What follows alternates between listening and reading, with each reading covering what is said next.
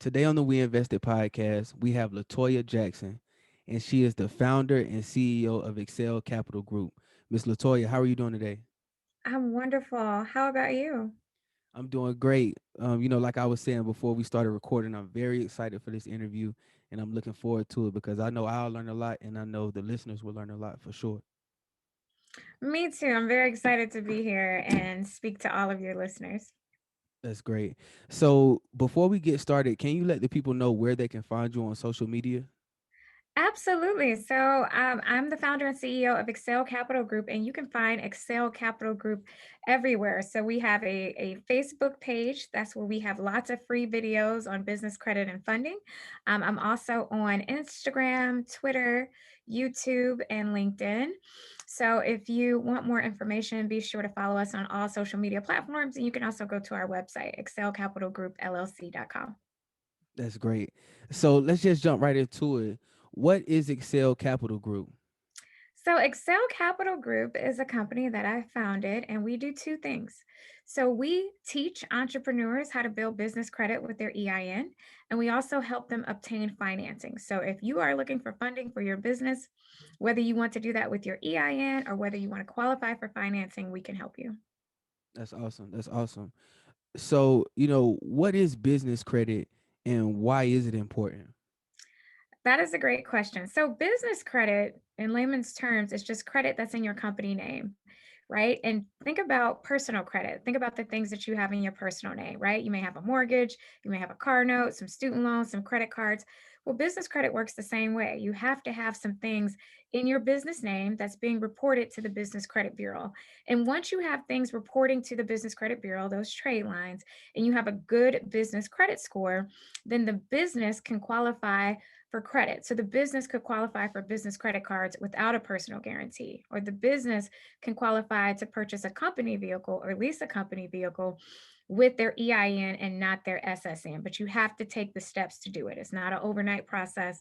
It does take time. But once the business has its own profile and its own score and a lot of trade lines reporting, then the business will start to qualify for things where you don't have to do a personal guarantee. So that's what business credit is. Why is it important? Business credit is so important because it's separate from you personally. So let's say that personally you may have poor credit, right? Maybe you lost a job during this pandemic and weren't able to pay some bills. Maybe you filed for bankruptcy. Maybe you're in a hospital for several months and couldn't pay bills and that affected your credit, right? So even if you have poor personal credit, your business may qualify for 10, 20, 30, 40, $50,000 where you personally may not be able to qualify. So that's one of the reasons business credit is so important is because it's separate from you personally, right? So if you had those credit challenges on the personal side, the lenders don't see that because the business has its own profile and score that's separate from the business. So that's one reason why it's important. So regardless of what you have going on the personal side, your business can still qualify for things by itself. The next reason why it's really important is because people don't realize that businesses get higher access to credit. They get higher limits. So personally, Chase might give you a personal credit card for like 5,000, but they may give your business 50,000 because they know that businesses need more access to liquidity, they need more access to capital. So you generally qualify for higher limits on the business side versus the personal. So if you have great personal credit and good business credit, then that doubles your purchase power. So that's another reason why it's so important. But the other reason why it's so important is because it opens the door to many funding opportunities, right? I meet a lot of entrepreneurs who, don't set up their business the correct way, right? We're so excited, right? We got a great product, we got a great service. We want to go out here and we want to make this money, right? But we forget to do the steps that we need to do that can help us down the line when we need access to capital. You got to set up your entity. You got to have your EIN. You got to have your revenue going to a business bank account. If you don't have those simple things in order, you won't qualify for business credit. You won't qualify for grants. You won't qualify for SBA loans, right? So setting up your business the proper way opens the door to many funding opportunities. And a lot of entrepreneurs don't realize that until they need money and can't qualify, right? So it's really, really important. You don't know how many opportunities you're missing out on just because you don't set up your business the correct way. So that's why it's really, really important, because as an entrepreneur, one day when when you start out, you're funding your own business, right? You're using your own credit cards, you're depleting your savings, or going through your retirement account. At some point you're going to run out of money, right? And you're going to need to either purchase some products or services on credit, or you're going to need to access some funds outside of what you have. And so it's really, really important that you have access to credit. It can help you in so many ways, right? With this whole pandemic, I'm sure there were entrepreneurs that wish they could have tapped into a business line of credit to help them get through. So it's really, really easy to grow when you have access to capital and credit, versus when you don't. So it's really important. You leave a lot of opportunities on the table when you don't have it set up. For sure.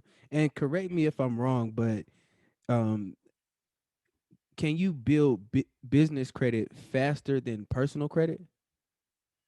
Like, does You it? can, you can, but it's a little bit different. When they say you can build it faster, they're generally talking about the score, right? So on the personal side, the scores go from 300 to 850, right? And on the business side, they go from 0 to 100, with 80 being the great business credit score, right? Dun and Bradstreet calls it the paycheck score. That may be equivalent to like the 700 on the personal side. The business credit score is based on how fast you pay your company invoices. So if you order some products and you pay for it early, you can get a great business credit score. Whereas on the personal side, you have five factors that affect your personal credit score, right? Utilization, inquiries, mix of credit, payment history, all of those things affect your score. And they can all play a major impact. Where with business credit, if you pay your bills on time, you can get a good business credit score.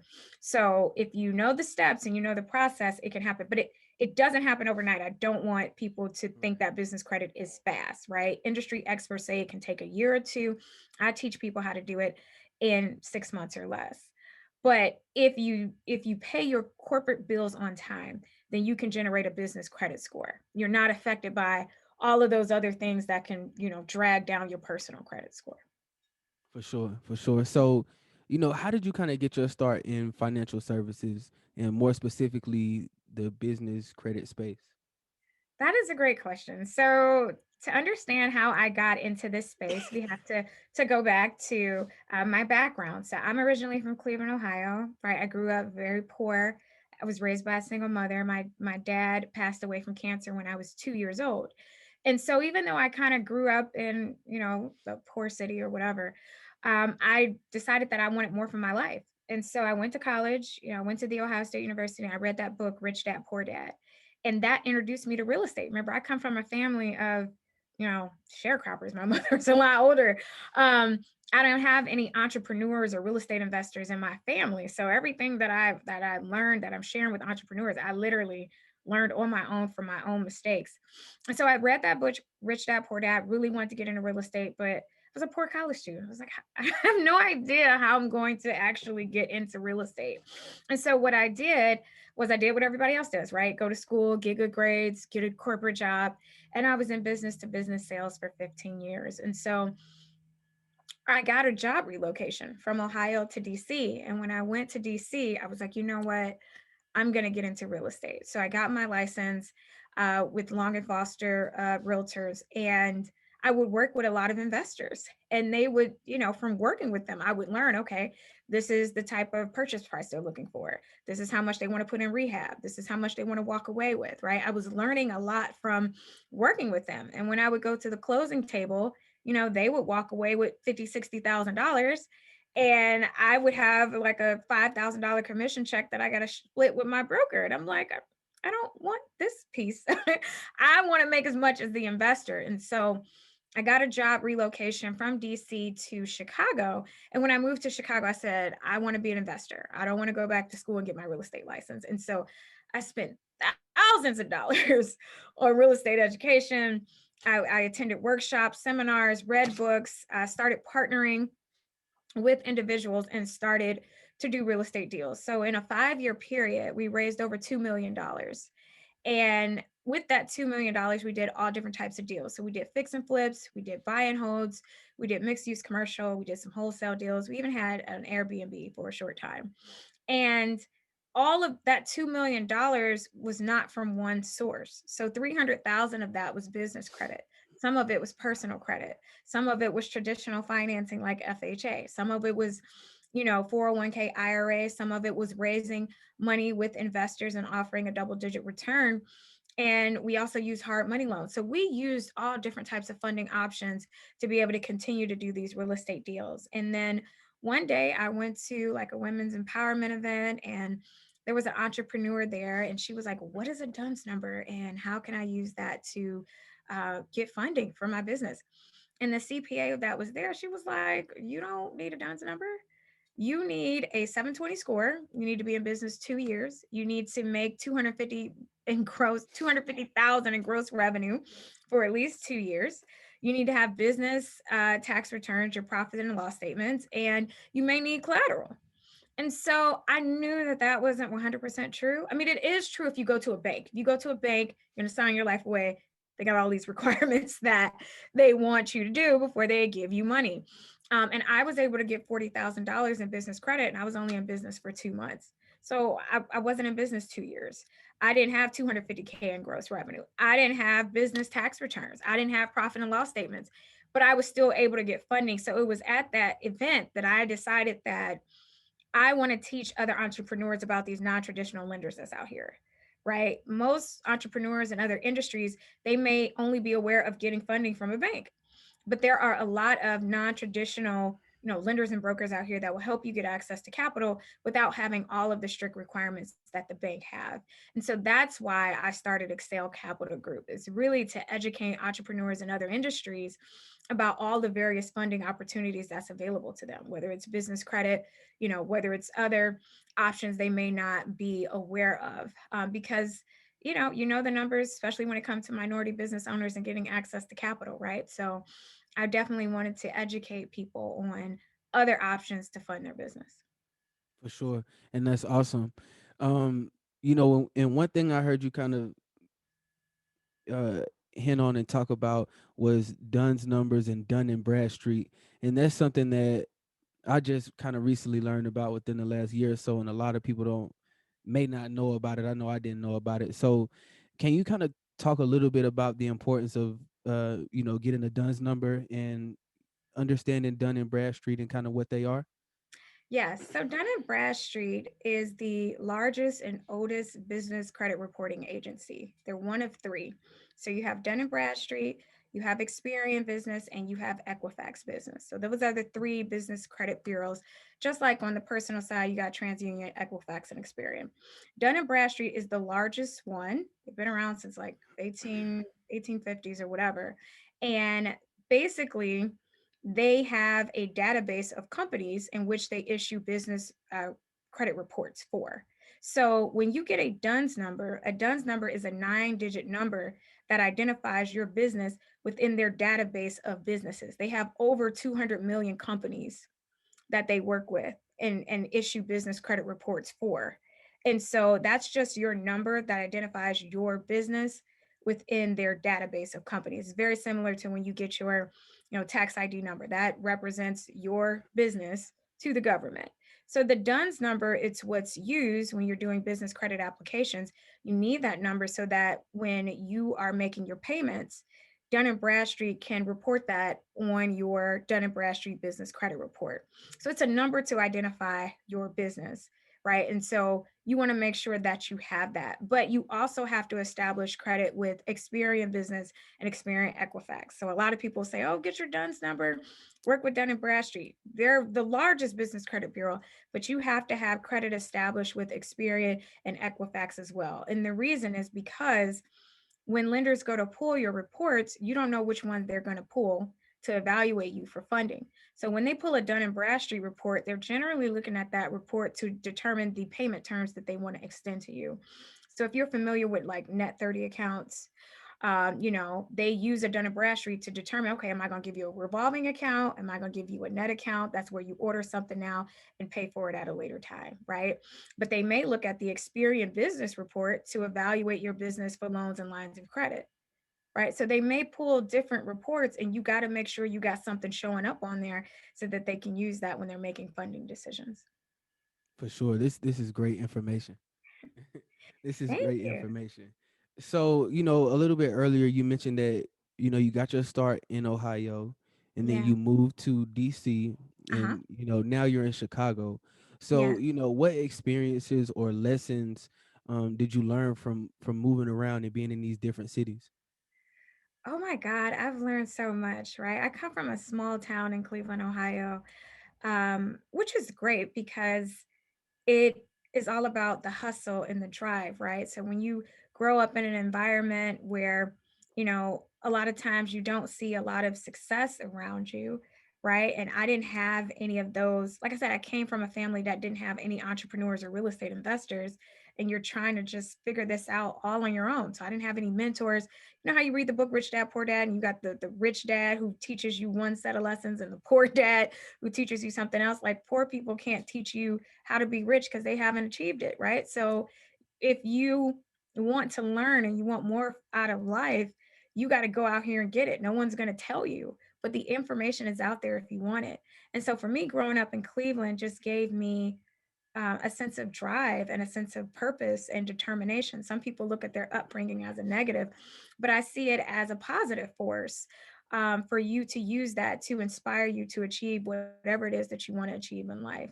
And then when I moved to the DC area or Chocolate City, it was great because 60% of the people that are in the DMV area are not from there. They're transplants. They're coming there from work or school, or when we changed, presidents and different administrations.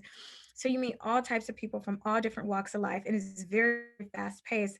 And I loved it. I loved living in an area, and I even experienced the same thing here in Chicago, where you have so many entrepreneurs that are on the go. They are out here, getting revenue for their business, getting clients, pitching themselves, and it just motivates you and drive you so that you can have that same success. So I love the hustle.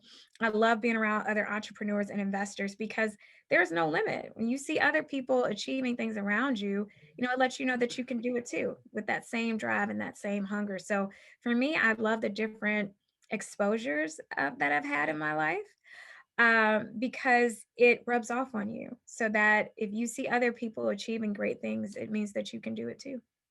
For sure. So, out of those three cities, three places, do you have a favorite? Do I have a favorite? I don't know. I mean, I love home because my family and friends are back home. My mom is still home, and I love my mom to death. And that's where my family and friends are, and that's when I go home to visit. I absolutely love DC. I love the food. I love the restaurants. I love the culture. I love Howard's Homecoming. Like I absolutely love DC. It was such a wonderful place to live, and I truly feel like if you are young and single and just want to network and meet people, it's a great place to live. And Chicago is the same way. It's a lot of Chicago and DC has a lot of similarities. A lot of great people, a lot of great restaurants, museums, tourism, a lot of opportunities. And so I don't know if I have a favorite out of the three. I love them all. I think that I am blessed and fortunate to be able to, be born and raised in Cleveland, Ohio, and be able to live different places. These are the things that you never dream of when you're a kid. So I am just thankful that I got the opportunity to live in three amazing places. So For sure, for sure. So, you know, what would you say are some ways that people can start building business credit? well, that is an excellent question. So, what most people don't realize is that there are two ways to obtain business credit. You can do it the fast way or you could do it the slow way. The fast way to get business credit, and this is how I did it, is if you have an excellent personal credit score. So, if you have a 700 score across all three credit bureaus and you have a strong profile, that means no judgments, no bankruptcies, no liens, no foreclosures, no collections, really no late payments, right? Then you can obtain business credit in the form of business credit cards within 2 weeks. You can get up to 150K in 2 weeks in business credit cards. So all you need is that 700 score or higher. You need that strong profile. You do need to have your company set up. So it's not the bank requirements. It's not like you have to be in business 2 years. You can start a business tomorrow and get funding if you meet those requirements, right? So have your entity set up, have your EIN, have that 700 score, and have that strong profile. Now, I'm going to tell you a few more things that lenders look for, because a lot of people will be like, I have a 700 score, I didn't get approved. Okay, so here is what they don't tell you. Okay, one, they want you to have at least 3 years of credit history. So they're not looking for someone that just got their first credit card. Got to have credit history established for at least 3 years. Two, they look at primary accounts as opposed to authorized user. So I had an entrepreneur come up to me, hey, I got a 700 score. Well, he had 10 accounts and 9 of them were authorized users. Guess what? The lenders can see which ones are authorized users, right? So they're only basing how much you qualify for based on your primary accounts. Okay, so that's the first. So the first thing, 3 year credit history. The next thing is primary accounts. That's what they're looking at. The third thing is they want you to have at least $5,000 in credit card limits. So it doesn't matter if it's 1 card, 2 card, 3 cards, at least $5,000 or more, because you generally qualify for 3 to 5 times what you currently have in limits, right? The next thing that they look for is inquiries. So they want you to have no more than 6 inquiries on each business credit bureau. On each personal business credit bureau for the last 2 years. Here's what a lot of people get screwed. They go buy a car, they go to the dealership try to get you approved for financing. They throw your application to 20 lenders, and now you got 20 inquiries. Got to get those removed. Okay. And the last thing that they look at is kind of like mix of credit. So I'm just giving you some more background, right? They're always going to tell you 700 score, right? It's the 700 score, is the strong profile, no judgments, no bankruptcies, no liens, no foreclosures, okay, no collections. Um, and then they're the other things that they look at least 5,000 in credit card limits, um, the inquiries, the at least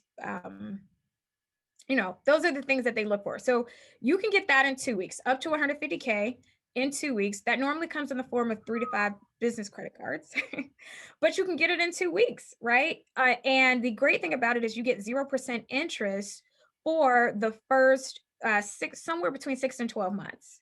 So, like I said, I was using business credit in real estate deals. So I was using it to buy materials, to pay contractors and subcontractors, right? So if you can get done with your project before that 0% interest ends, you're good. And as long as you pay your business credit card bills on time, it will only report to the business credit bureau.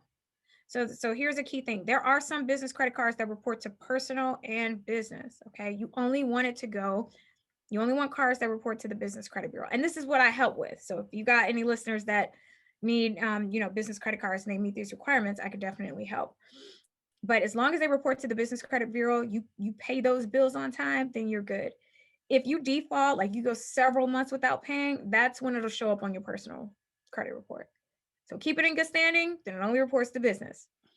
You screw it up, and you don't pay for several months, then it can show up as a negative on your personal. So that's kind of like the pros and cons of doing a personal guarantee. So the fast way to get business credit is if you have a 700 score, you got a strong profile, you got your company set up. The great thing about this option is it doesn't have to be seasoned. You don't have to be in business 2 years. You don't have to have revenues. You don't have to have business tax returns, right? That's how I got 40K within my first 2 months, right?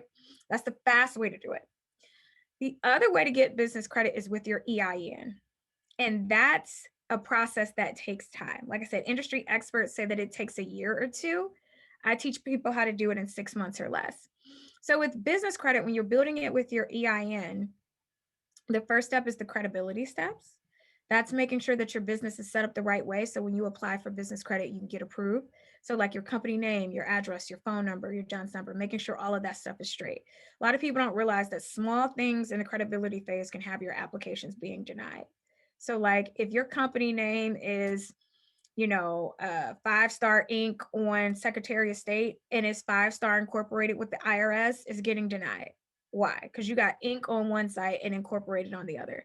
Small stuff like that can affect you. So you want to look like a big business, even though you may not be. And one of the ways that you do that is making sure that on paper you're set up the correct way. So once you get through the credibility steps, there's 4 tiers to building business credit. So tier 1 is where lenders and suppliers will extend credit to your business in the form of short-term financing, like a net 30. So that's what I'm saying. You can order from them. It's companies like Granger, Quill. I don't know if you're familiar with those companies. Offers like office supplies. You can order from them They can approve you for a net 30, meaning you can get your merchandise within 48 hours, but you don't have to pay the bill for 30 days or whatever the terms are that they give you. So that's tier one. You're going to get some lenders and suppliers. As long as you set up the right way, you don't have to do a personal credit check or a personal guarantee. And then you move up to tier two and tier three.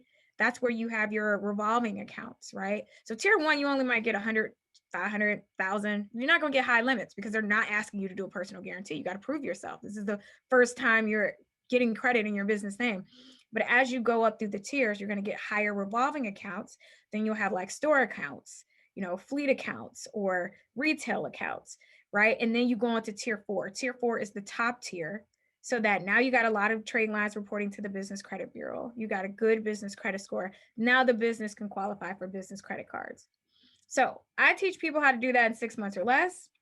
Some people, they say it can take longer than that if you don't know the process, right? Or you don't know what vendors to work with. So I know that was a long answer, but it's two ways to get business credit. You do it with the personal guarantee or you do it with your EIN. You decide what method works best for you. I got some people that build business credit with their EIN, but they're like, hey, I can't wait 6 months. Can I get capital now? Well, yeah, if you got good personal credit, you can get funding in 2 weeks. So it just depends on the individual. But I always advise people work on your personal credit while you're building your business credit. And if you need funding sooner than that, then there's other options for you as well. I know that was a long answer, but Man, this is life changing information right here. I'm yeah. telling you. So, you know, what does it mean to leverage business credit to scale your business?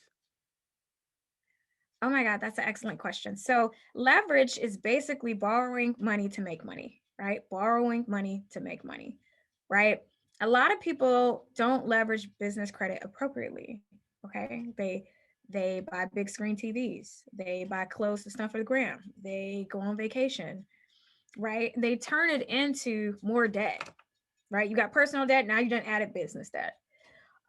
So I always advise people to leverage it to either grow and scale your business or to build some passive income streams to help you build up your net worth. So different ways that people leverage or big companies use business credit.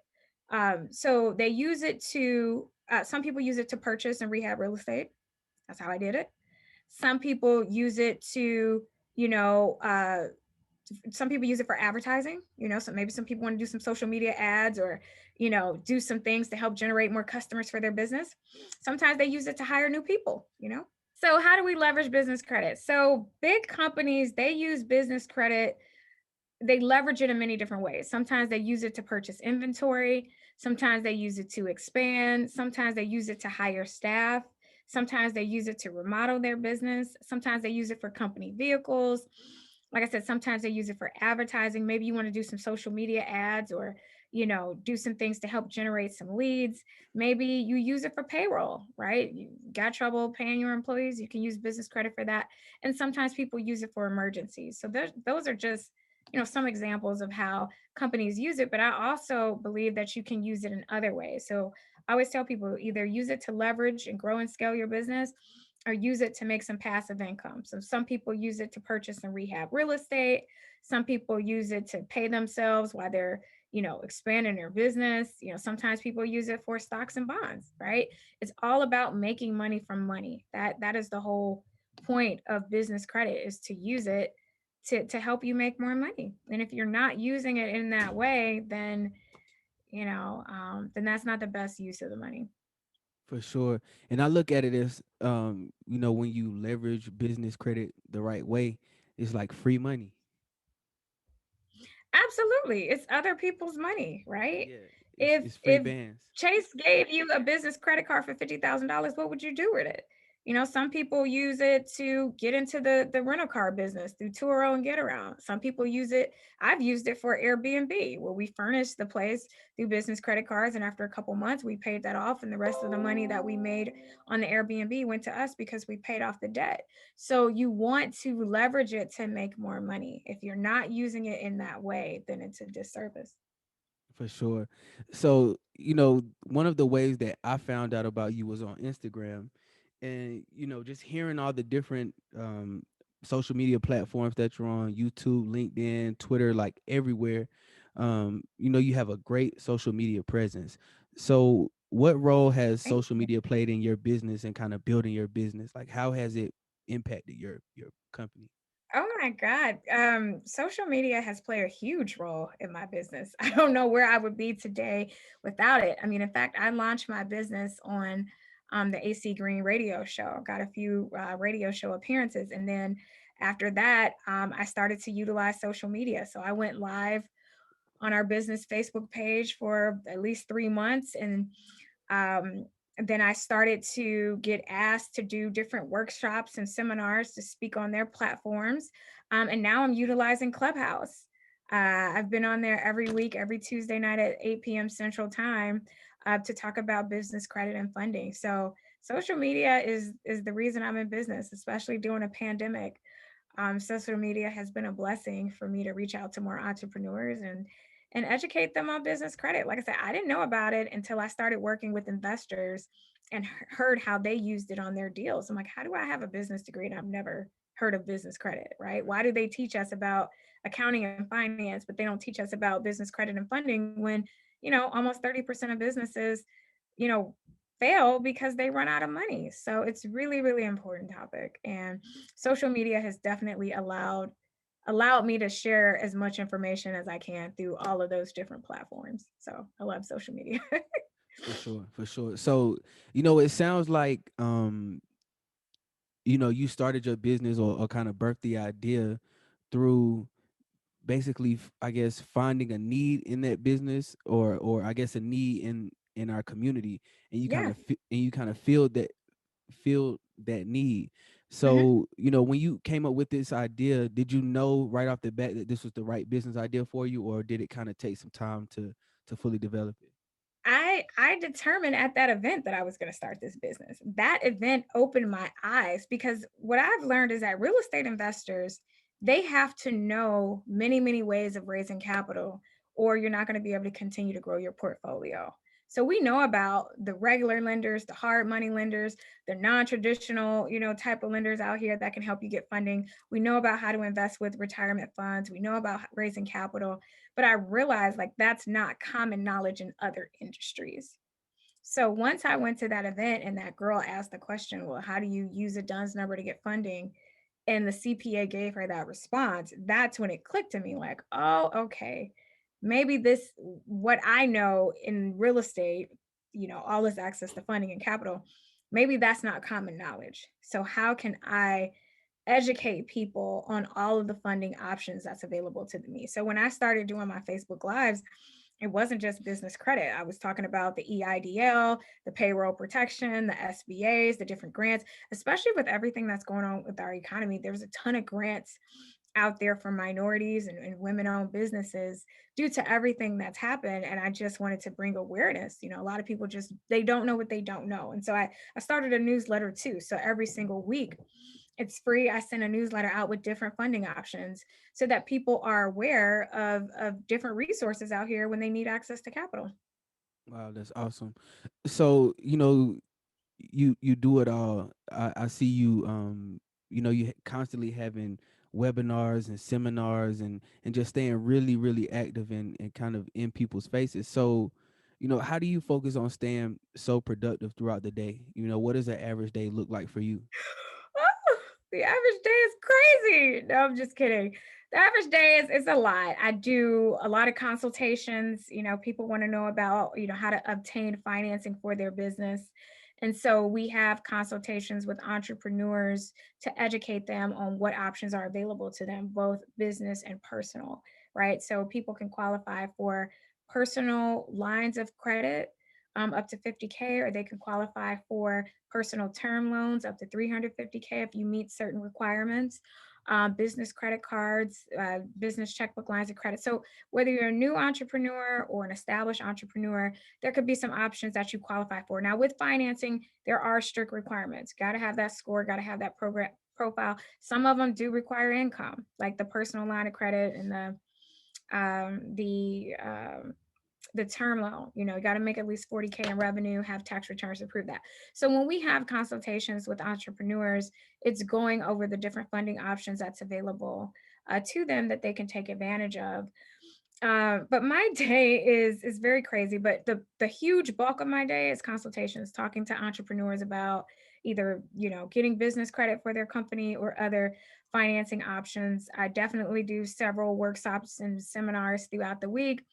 Of Tuesdays, I'm on Clubhouse. Wednesday, I host free webinars to educate people, and then I have a business credit membership program. So on Saturdays, I'm talking to my entrepreneurs and educating them on business credit. Hey, here's this creditor. Here's what they look for when you want to get approved. And I go through the applications with them and answer any questions that they have. So it's a lot. It's quite a bit, but I'm at the process right now where I'm hiring more help to handle the demand that we've got, especially a huge demand, an overwhelming response from Clubhouse. And so yeah, that's pretty much my day. It's pretty crazy.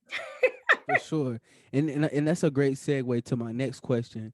What's the importance of having a good team, and how did you build your team?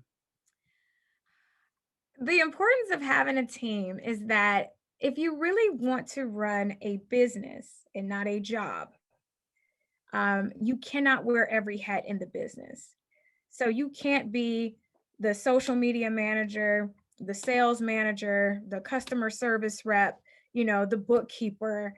Like at some point, you're not going to be able to juggle all of those responsibilities. And if so, you're not going to do them well because you got too many on your plate.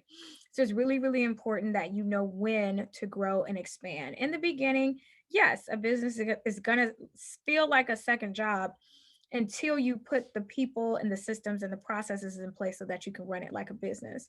So I always tell entrepreneurs, even though you may be a small business today, think about yourself in terms of a big business. What if you have 500 leads?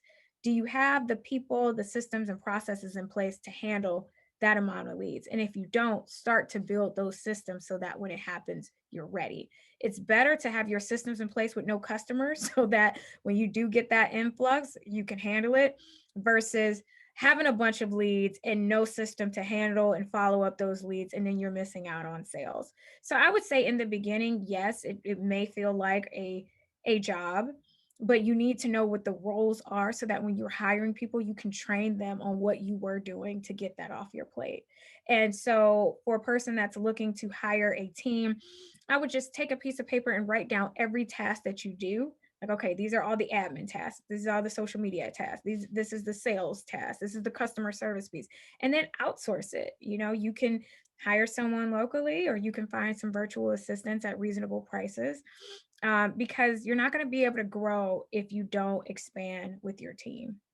And then you can use business credit to pay people on payroll. But anyways, that's another example of how to use it. But at some point, you have to do that, and I'm doing that. I'm hiring and retweaking systems and different things like that. But it's really, really important, because if you don't eventually hire the help to help your business grow and go to the next level, you're going to be drowned, and your business will continue to be a mom and pop business and not a real business if you don't hire the people to help you grow. For sure. For sure. So, what would you say, if you can recall, like, kind of just getting started in your business, what would you say are some of the mistakes that you made and lessons that you learned that you could kind of pass down to the next person to help them avoid those same mistakes? Oh Jesus, how much time we got? Are we talking about in the real estate industry? Or are we talking about when I started Excel Capital? What are some of the mistakes that I made? I would say in a previous business, in my very first business years ago, I did not have my things set up the right way. And this is why I preach it and stress it now, because I talked to so many entrepreneurs who couldn't take advantage of payroll protection because they didn't have their entity set up. I had an entrepreneur that was like, I make $10,000 a month. Can you help me get money? I was like, yeah, okay. And I was like, do you have your business revenue going to a business bank account? She said, no. I was like, okay. Do you have your entity and EIN set up? She was like, no. Well, guess what? You don't qualify. Right? It's the small things. And a lot of people don't realize how important that stuff is until they miss out on some money or they get an audit. There were a lot of entrepreneurs who couldn't take advantage of payroll protection because they didn't pay themselves, or they weren't paying their employees, or they didn't have their bookkeeping and taxes in order. So I would say you are not a real business if you don't have your bookkeeping in order. If you don't know your numbers, then you don't know how to grow and scale from that. Right. So I would heavily stress one, setting up your business the right way. Talk to an attorney or talk to a CPA to figure out what's the right entity that you need to set up for your business from a tax and legal standpoint, and that works for your industry. Okay, everybody says go get an LLC. That may not be best for what you do. So talk to an accountant, talk to a CPA, and discuss your business and your business goals, and they will tell you what's the correct structure for you. That's number one. Number two would be get your bookkeeping in order. If you ever want to qualify for SBA loans, any sort of funding opportunities, they're always going to ask for what? Business tax returns, bookkeeping, payroll, all of that stuff. So spend the money. If you do not know how to use your own books, if you do not know how to use QuickBooks, get your bookkeeper, get a tax professional. That is the next thing I would recommend. And I would do it as soon as you start the business. Don't wait until receipts pile up. You don't know what you did with that. You can't label it. Your CPA does not want a book full of receipts. They want you to have that done in QuickBooks or some other sort of software so that they can easily do your bookkeeping and your taxes and that sort of thing. The next thing I would say is your credit, right? Make sure you work on your personal credit because there's a lot of funding opportunities available for you on the personal side if you get great personal credit, and then work to establish your business credit. Now, people will come up to me and say, I need 50K. I want to do it with my EIN. It takes 6 months. So don't wait till you need money to start to establish business credit. Lenders don't give you money when you desperately need it. They give it to you when you don't need it. So don't wait until you need money. Some people wait to fix their personal credit when they're ready to buy a house, right? Or they wait to fix their personal credit when they're ready to buy a car. Don't do that. If you know that's a long-term goal, work on it now so that when you're ready, you can do it. So those would be, I mean, I could go on and on and on about this, but get your entity together, talk to a CPA professional, get your bookkeeping and taxes in order, and work on your credit, both personal and business. That's what I would recommend. And then know when to hire the help so that you can continue to grow your business. For sure, for sure. That would be my advice. No, that's all great advice. That's all great advice, and I know it's gonna help. Everybody that listens to this and that wants to start a business, a successful business. Yes. So, what would you say is your favorite part about being an entrepreneur? My favorite part is the impact that you have on people. When they tell you, yes, I followed your process and I got $30,000, right? Or I'm able to help them obtain capital that they can really use in their business for whatever it is they need to do. That's what makes me happy. It's when people say, man, I heard you speak and I took action and I went ahead and got this. It's the impact that you have on people that makes you know that you make a difference in the world, and that the information that you have to share, the knowledge that you have to share, is making a difference in someone's life. A lot of people don't know what they don't know, and I didn't know it either. So that's why I say I try to advise people so you can learn from my mistakes, and avoid some of the mistakes and pitfalls I made along the way, so that you can get access to capital quicker and use it, the best way you see fit in your business. For sure. So, what would you say is the single most important reason for your success? Single most important reason for my success, I would just say the belief in myself. I've had a lot of ups and downs in business. I never try to, sugarcoat it like this. It was this great journey. No, there was some serious ups and some serious downs. And there were some times where I was like, I don't know if I can do this, right? If you've experienced, a lot of missteps or failures in previous businesses, you start to have doubt. Like, okay, am I on the wrong path? Was I not supposed to be an entrepreneur and real estate investor? Should I just keep a W-2 job and keep it moving? Right. But you really, what makes you who you are is your journey and the mistakes.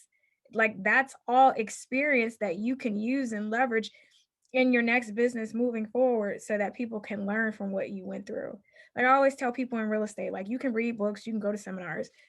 There is no experience like being in a real deal, right? All type of things can go wrong. You know what I'm saying?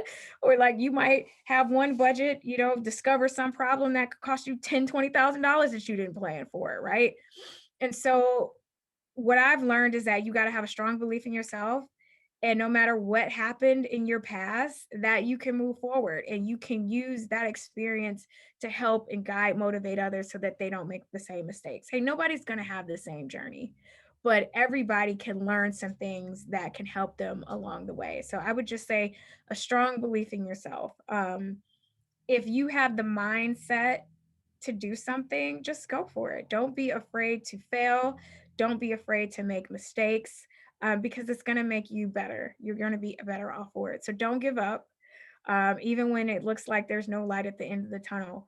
You plant that seed, even though you don't know how you're going to do it. You just put your request out there, and the universe and your spiritual provider can dream a bigger dream for you than you could have ever imagined. I definitely never saw some of the things that I experienced this year in business. But again, once you put your first step out there, you never know what's in your future. But if you don't try, then you don't want to die with regrets. Like I had this great idea, but I didn't jump on it. What I've learned in life is that God gives people the same idea. The person that's rewarded is the one who took action. I'm not the only person that teach business credit. There's a ton of people that do it, right? But I try to show people from my experience, hey, don't go to this company. This is where you want to go, right? I'm trying to guide you so that you can take a faster path to get there than when I originally went through it.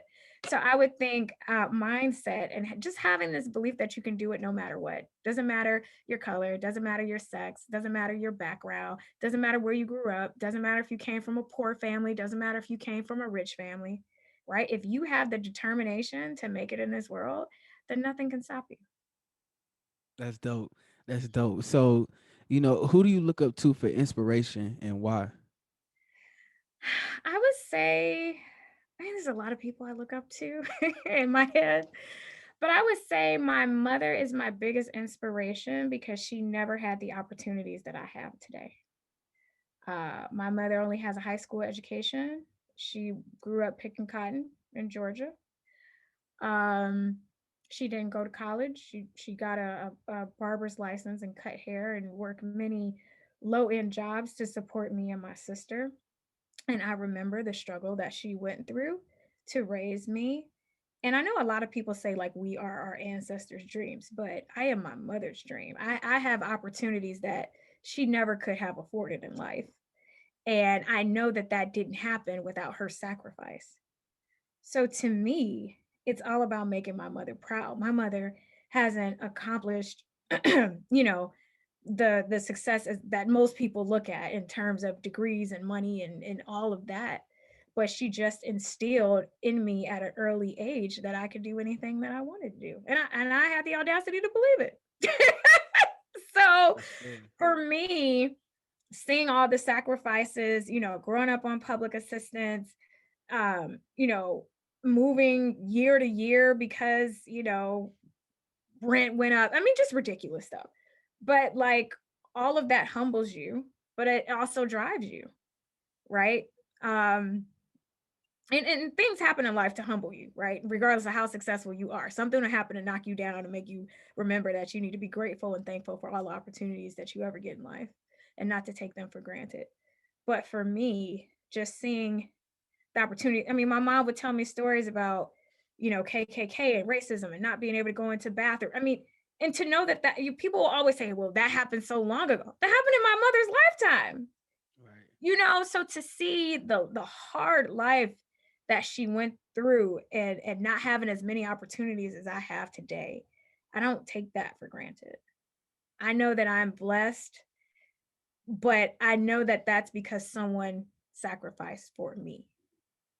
So to me, I have a lot of people that inspire me. I got a teacher that inspires me. She wrote my recommendation to get into college. She's always supportive, right? I got a play dad from high school. I have a lot of people that I look up to locally. These aren't celebrities or anything like that, but just people who always believed in you and instilled in you that you can achieve things in life. And like I said, we all have challenges, right? There could be sexism, there could be racism, there could be all of these things that could hold the average person back. But I don't look at none of that stuff. I'm like, this is what I want to do in life. I'm about to do it. Period. I don't look at, oh, I don't say, oh, I can't do this because I'm a woman. I can't do this because I'm dark skinned. I can't do this because, I grew up poor. I don't care about any of the obstacles that are around me. I truly believe that I can obtain things and I work towards it. And so, my advice to other people is just to have a belief in yourself and go for it. We have opportunities today that our parents and grandparents did not have. So, don't forget that. People made sacrifices for you to get to where you are today. Don't let them down. I have relatives I never met that, that passed away, unfortunately. But I just think that I just have a mindset of I can achieve it. That really is the difference between maybe me and the next person. Not to say that I haven't had any mistakes, that I haven't had any failures. I absolutely have had that. But at the end of the day, it's all about getting back up and remembering what you're here to do. And if you can help people in any way, shape, or form, you can achieve everything you want in life. Honestly, I'm not where I want to be, but it's not to say that I won't eventually get there. So For sure. it's So mindset. It's mindset. so how do you define success as an entrepreneur? Success is defined by impact. How many people are you able to help achieve a goal? So if you're an entrepreneur and you are, maybe you're a hairstylist and you're really into healthy hair and you want to help all your clients achieve healthy hair, that's success. Maybe you are a personal trainer and you help people lose thousands of weight, thousands of pounds, then you are successful. And it's all about how you use your gift to impact others. I think people think success is money. You know, um, your gift could be that you're great at doing hair or you're great at baking cookies, right? I can't cook. I wish that was my gift. It ain't it, right? I've accepted that about myself. Um, but God gives everyone a gift. Your goal in life is to figure out what that gift is and how do you use it to impact others. And if you've done that, then you are successful. Everything else can come and go. You know, when you die, that's when you're gonna know you're a success. Nobody comes to your funeral and said you had an impact on their life. Maybe you need to think about to rethink some things in your life. People always remember how you treat them and how you help them.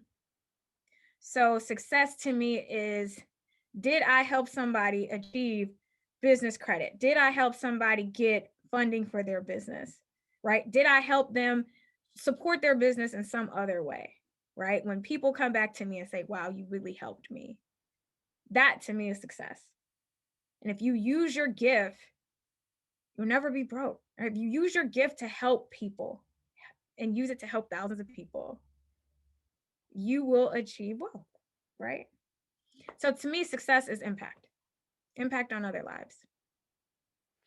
How would you like for people to remember you and your company?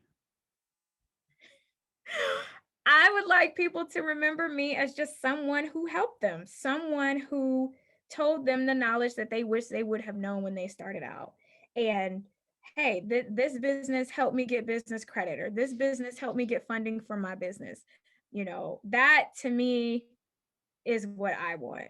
Did I help you? Because I know for our people, there's all sorts of restrictions when it comes to capital, right? We start all the businesses in the US, but we're the last ones to get any sort of funding, right? So my thing is learn how to play the game. You can get access to capital if you're set up the right way. You can get access to capital if you got business credit. You can get access to capital if you got personal great credit. You just got to know what the rules of the game are so that you can put yourself in position to win. So if I can help you get there, then I will feel like me and my company had a great impact on people's lives. For sure.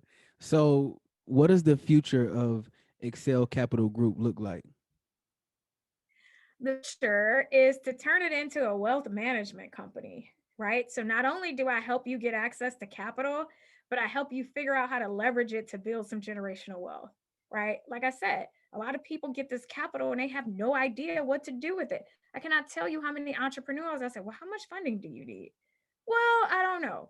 Or they'll say 100,000. And then I'll say, okay, if you get 100,000, what are you able to do with it? Well, I don't know. think about if you're on Shark Tank, right? They're going to ask you your numbers. They're going to ask you how much you want, and they're going to ask you, how do you plan to use this money to make my return on investment? So you, if you're going to get this money, you got to have a plan for how you're going to use it to either make some passive income, replace the income on your job, or to build some generational wealth, right? So the goal is to help entrepreneurs get funding and access to capital, but long term is wealth management. How do we help them once they get a lot of access to capital? How do we help them use that to get a return, to help build some real generational wealth and not just talk about it? So that's the long-term vision. I would love to have workshops and seminars just educating entrepreneurs on all the different things that they need, whether they are new or established.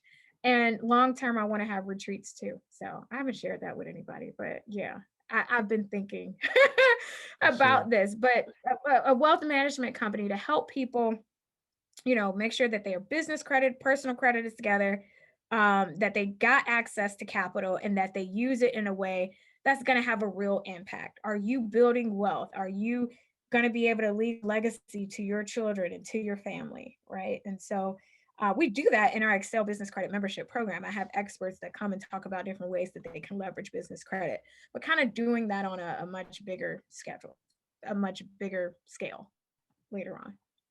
For sure. So that For that's sure. what the future looks like. Latoya, I've learned so much and I'm so grateful for your time today. But before we end every episode, we like to play a rapid fire question game. So Okay, if you're up for that, I'm I'll go ready. ahead and get started. Okay. Question number one. Where's your favorite place to travel? Favorite place, Mexico. Why Mexico? Just because I've been there a few times and I liked it. Nice. For I sure. love the weather. I love all inclusive resorts. That's I love the beach. For sure. So, Question number two. What song explains your life the most? what song? Uh, a big rich town from Power, right? I just come from the poorest part, bright life, city life. I got to make it. This is where it goes down, right? Legal or Facts. illegal, baby. I got to make it. Now, look, I'm not from New York. But I understand the struggle of one end and trying to get to the other end. I would say that song, even though it's my favorite show in the world, probably represents my life. Facts. And look, final question. What's an amazing thing that you did that no one was around to see? Amazing thing, but no one was around to see. Um, I would say right now, helping my nephews get into college. It's not something I share or brag or post about. I'm in the process of doing that, and I'm really, really excited about that. I love my nephews to death, and so people don't know about it yet, but they will. Still in the process of helping them get into school, but I'm really, really excited about that. My nephews grew up in a small town and kind of sheltered. And I really want them to move here to Chicago and experience a big city and just realize all the opportunities that they have ahead of them. For sure. Latoya, thank you so much. It's been a great time and I've definitely learned a lot. And I know this interview will impact a lot of lives. Thank you. Thank you so much for having me. I really enjoyed speaking with you, and I'm excited for your listeners to hear the podcast. And I'm just excited to be here. So, thank you so much for having me. Thank you.